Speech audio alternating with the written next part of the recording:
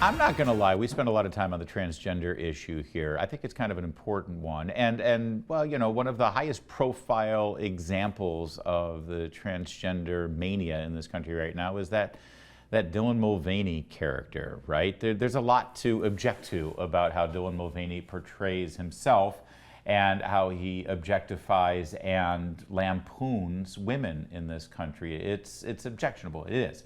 And it's worthy of criticism. We spend a lot of time on it. But if you're like me, you probably hear from people, you might even hear from family members, your own children. Why are you so obsessed with this? Why is this such a problem? Why do you care what Dylan Mulvaney's doing? Let Dylan Mulvaney be. Dylan Mulvaney's just living his life, her life, and she just wants to be happy. Do you hear that ever? Do you?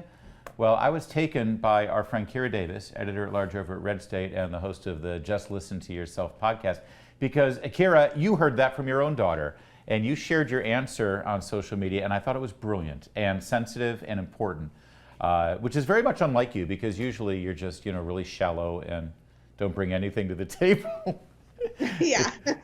Thank you for joining us. So what did you say? Your daughter says, just let Dylan be. Why do you care?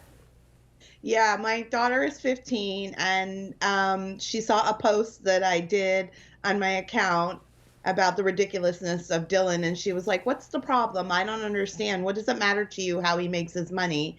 And I told her, you know, it really doesn't. And I'm glad she asked the question, because it made me think about it. It really doesn't matter to me what anyone else does with their lives or how they make their money. I might have personal opinions, but they don't always affect me on a day-to-day basis. What matters to me about Dylan, and this is what I told my daughter, is the truth. What we are talking about here isn't a guy who has found a clever way to make a lot of money. We're not even talking about a guy who is offensive in his portrayal of girlhood. We're talking about a guy who is lying, who is being paid for the lie, and the people who are supporting that lie are asking people like me to believe the lie too. Yeah. It's about truth, Larry, and the truth has to matter. And I can't even believe that in this day and age of science, of everything we know about biology and the world and the universe, and we are sitting here talking about the most basic aspects of biology and gender. Yeah. It is insane. So if someone can make you believe one little lie in this respect, what else can they make you believe? What else can they force you to support? The truth has to mean something. Yeah, I think you're absolutely right. And the lies don't just stop with the confusion and the deliberate deception over this idea of gender and sex and biology, as you say. Dylan Mulvaney just appeared on Rosie O'Donnell's podcast and said something like, oh, I'm not trying to influence anyone, I'm just living my life. But excuse me, if you're not trying to influence anyone, then why are all these companies throwing money at you to sell their products? Obviously you're influencing people, and the huge part of Dylan Mulvaney's audience is children. And there is an influence there. This is something that children are being affected by, this lie. I don't think that it is harmless. I don't think what Dylan, the persona that Dylan has taken on, I don't think it's harmless. I would ask people, you know, what do you think is on Dylan's computer? I think that Dylan has a lot more issues than just being a guy who is making an offensive portrayal of females. Yeah. This is the other part of the lie that I think is extremely dangerous. The lie that this is normal, that this is okay. There's other things going on with this young man that should be deeply concerning, and instead we're paying for his psychopathy, right? We're paying for his mental illness. Dylan Mulvaney is not just a normal guy. He's not just a normal human being. And no man who puts on makeup and a dress and says, call me her, call me she, I'm a woman. No man who does that is perfectly healthy, mentally wise. Right. So that's the other thing we need to be talking about here.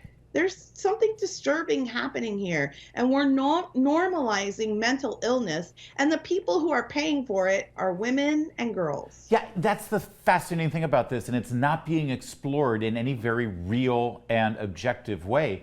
Here's Dylan Mulvaney, a fully grown, post-pubescent, post-adolescent young man, 26 years old, who has now gone through this process to become a woman. But who is most affected by it? Prepubescent or adolescent young girls. He's not influencing young boys to become girls. He's influencing young girls to transition to be men. Isn't that worth exploring, that phenomenon? That's odd, isn't it?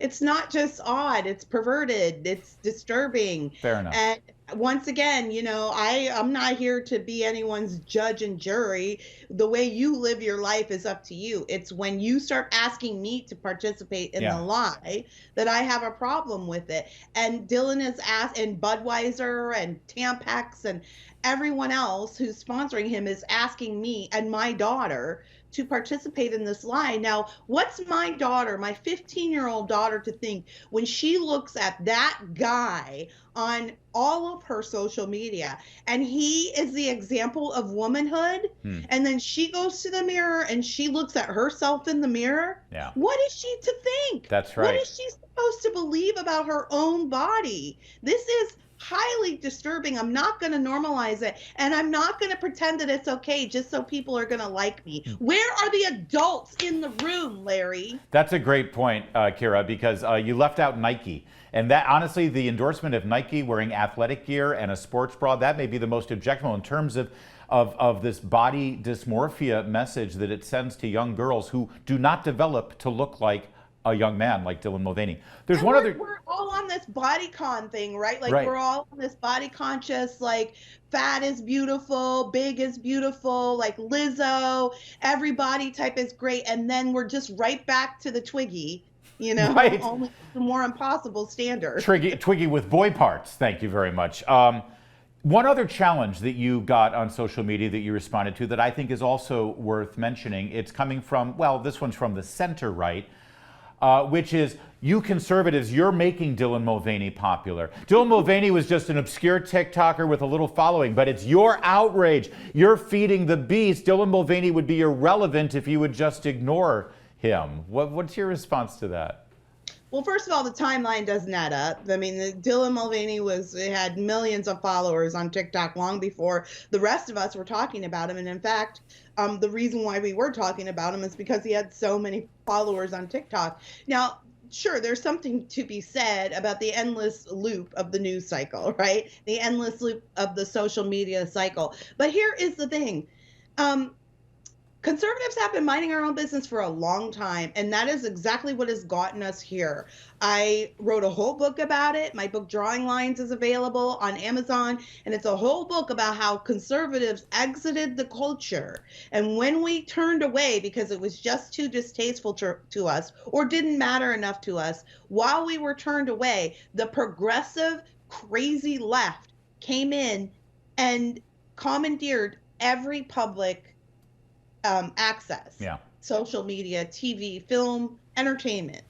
Now we are running from behind. Now we are way behind in the culture. So don't tell me that it's conservatives that are making Dylan Mulvaney popular.